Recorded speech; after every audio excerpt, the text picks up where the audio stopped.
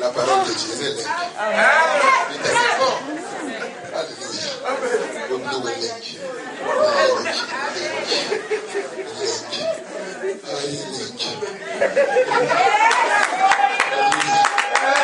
Alléluia.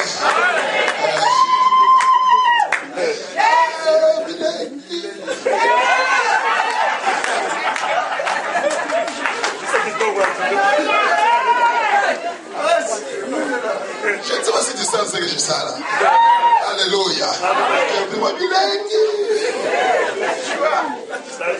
Alléluia.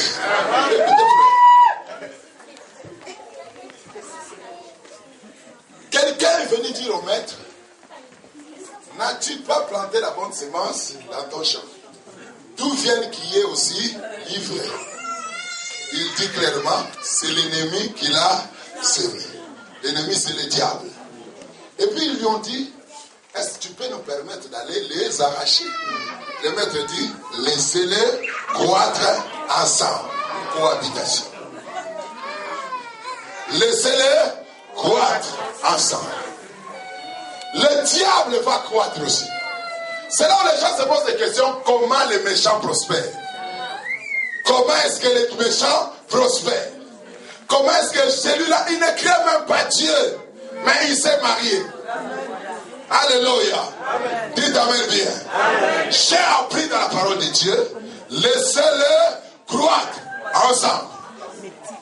Si tu vois le méchant croître, sa croissance ne va pas t'empêcher de croître. Est-ce qu'on comprend très bien? L'élévation de tes ennemis ne t'empêche pas d'être élevé. Le principe est que laissez-les croître ensemble. S'ils achètent de Lexus, s'ils achètent de Bentley, s'ils bâtissent des châteaux, moi aussi, je vais le bâtir. Dites amen bien. Le principe est que laissez-les croître ensemble. Dieu ne va pas chasser tous les démons de la terre pour que toi tu réussisses ta vie. Tes prières ne vont pas éradiquer les sorciers dans ta famille. Ils seront toujours là. Jésus est venu sur terre, il a trouvé le diable et il l'a laissé. Après le départ de Jésus, Paul écrit le prince de ce monde des ténèbres. Il a continué à appeler le diable le prince de ce monde des ténèbres. Je n'ai pas besoin de ce que le diable fait, ni de ce qu'il est. J'ai besoin de m'intéresser à mon Dieu, à ma relation personnelle avec Dieu. Fini les histoires des démons manglokoto, les démons cri, les démons ceci, cela, les esprits tels. Les gens passent tout le temps à étudier les noms des démons, même ceux qui n'existent pas.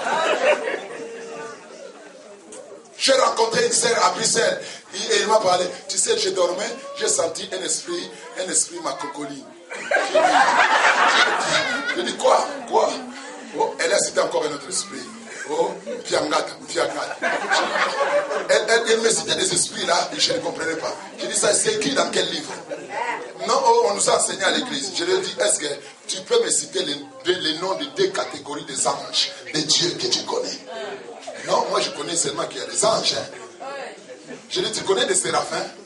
Oh non. Est-ce que tu connais des chérubins? Non. Est-ce que tu connais Gabriel? Est-ce que tu connais Michael? Non. Est-ce que tu connais l'alpha et l'oméga? Est-ce que tu connais Elohim? Est-ce que tu connais Jéhovah Sabaoth, l'éternel des armées? Est-ce que tu connais Jéhovah Nissi? Est-ce que tu connais Jéhovah Adonai? Est-ce que tu connais Jéhovah Mekadishkem? Est-ce que tu connais Jésus-Christ de Nazareth? Alléluia. Dites amen bien. Tu dois plus maîtriser la vérité que les choses du diable. J'arrive à la fin. Le diable est là avec son royaume. Et il fait les choses qu'il veut. Une seule chose qui est recommandée par la parole de Dieu, c'est de connaître Dieu. De se laisser arroser par le Saint-Esprit. Et de se nourrir par la parole de Dieu. De connaître connaître Dieu. Aux États-Unis, quand on apprend aux gens à détecter les faux dollars, on ne leur montre pas les faux. On leur montre que les vrais. Ils s'habituent tellement avec les vrais dollars que quand ils voient les faux comme ça, ils disent que ça c'est un faux. Vous n'avez qu'à connaître Dieu. Et à rester implanté dans votre royaume. Dites amen bien. Amen. Je vais te dire une chose. Lève-toi, on va prier. Je te le dirai quand tu seras là.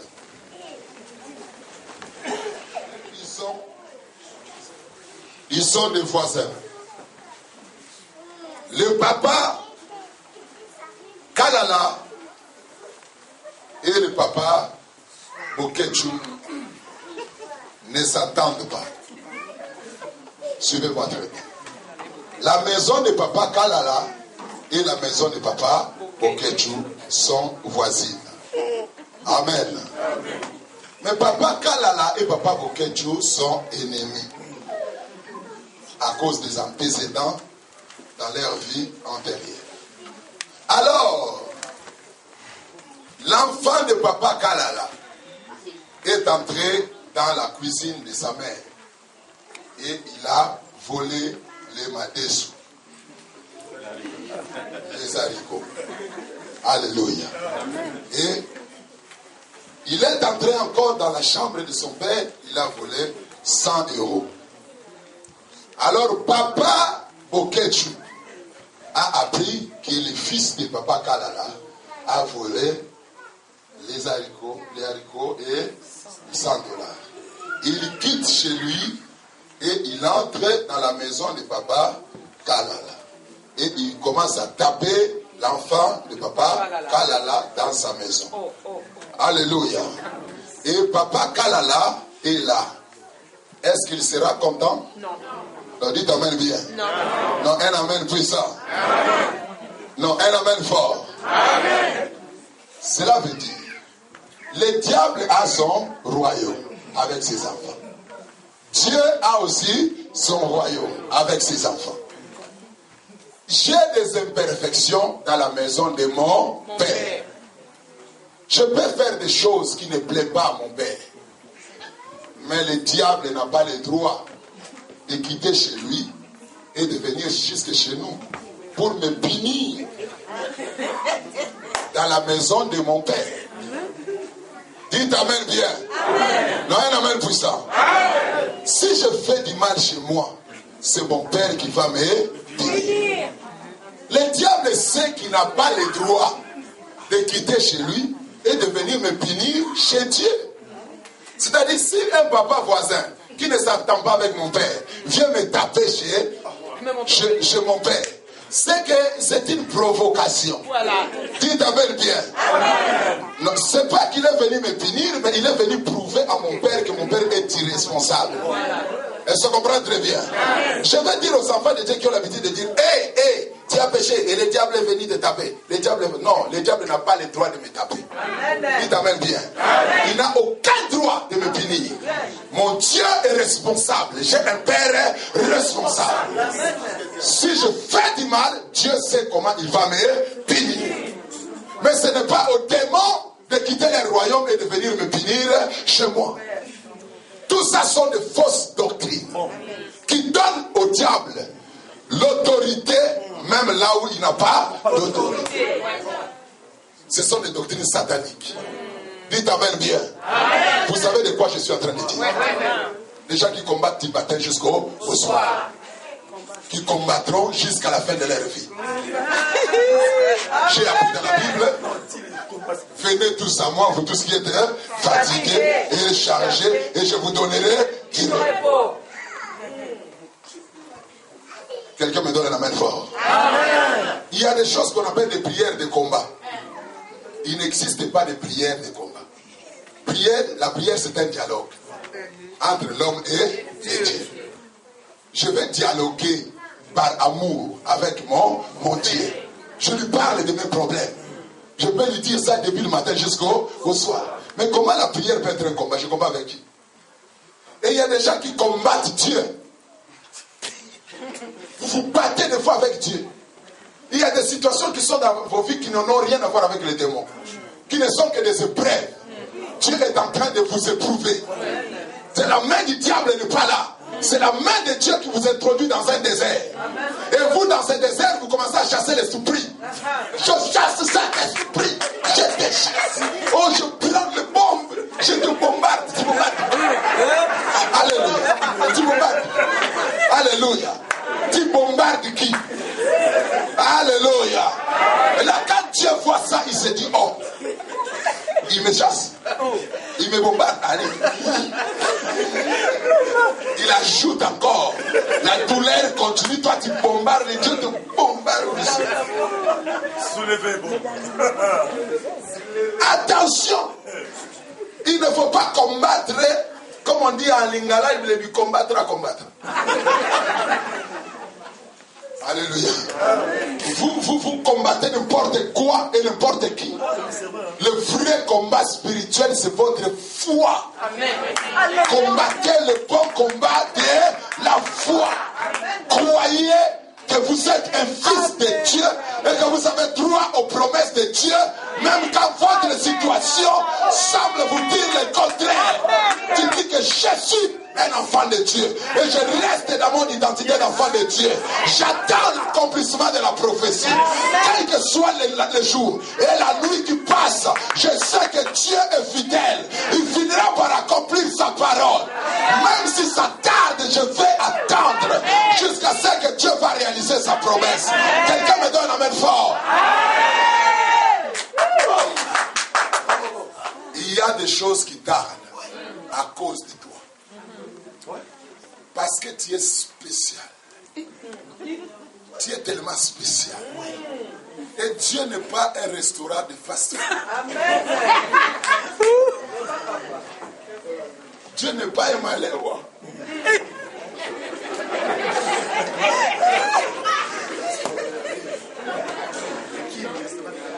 Il y a des restaurants chez nous, hein. Vous entrez comme ça. Oh man, des boules.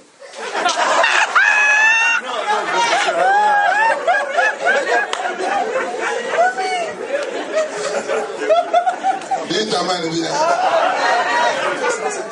vient rapidement parce que la nourriture l'a fait 5 jours. Donc on vous l'amène rapidement et vous mangez après, vous devenez l'ami de la toilette. Dieu n'est pas un restaurant de fast food. Dieu est comme Phuket à Paris. Vous entrez là-bas, on vous reçoit, on vous fait asseoir. Et on vous fait attendre parce que vous êtes spécial. Dites amen bien. Vous devez attendre. Dites amen bien. Il y a des choses qui tardent dans ta vie parce que tu es spécial. Dites amen bien. La salade qu'on prépare pour Sarkozy, on peut préparer la même salade pour toi. Pour toi, ça va prendre 30 minutes. Pour Sarkozy, ça peut prendre 2 heures du temps. Pourquoi? On doit vérifier, bien vérifier si c'est bien préparé. Hein? Quelqu'un doit goûter avant. Et s'il manquait quelque chose, on doit reprendre encore. Pendant ce temps-là, Sarkozy attend. Dites amen bien. Un amen puissant. Tu es tellement spécial que Dieu ne veut pas te donner des choses qui sont vite faites. Est-ce qu'on comprend très bien? Sois patient. Attends, parce que tu es spécial. Et deuxièmement, tu es entré dans un restaurant aussi spécial. Amen. Dieu prépare de bonnes choses pour toi. Dis à ton frère, attends un peu. Dis-lui, attends un peu. Un amen puissant. Alors nous fermons les yeux.